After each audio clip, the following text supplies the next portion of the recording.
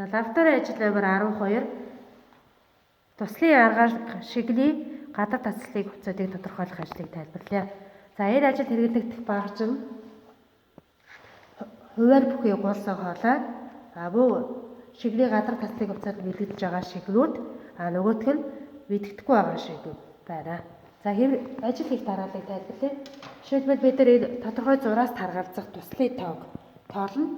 Тэгэхээр бид нар эхлээд гэлцрээ дээр тоолно. Дараа нь бид гадар тасаллыг хувьцаат бэлэгдэж байгаа усан дээр тодорхой зураас таргалзах туслын тоог тоолно.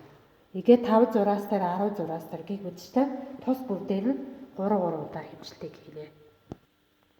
Тоог 5 зураас дээр 10 зураас дээр хэмжээд 5 дугаар товёогоор шигрийн гадар тасаллыг хувьцаатыг тооцоолно. Тэгэхээр бид нар бэлэгдэхгүй байгаа хувьцаатын гэлцрийн хувьд альфа нэгийг бодлоо ромыг гэлцрийн нэртийг тавиад L2 туслын тоогоо тавиад ро2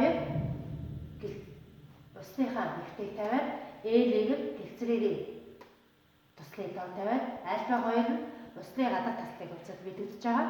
E5-д орлуулаад бид нар гэлцрийн гадар тасаллыг хувьцаатыг олно гэсэн. За тэгээ E5-д тавьж олцоод дуудчийг болоод ацлууд болон хавцаагүй ардаг тооцоолж болно.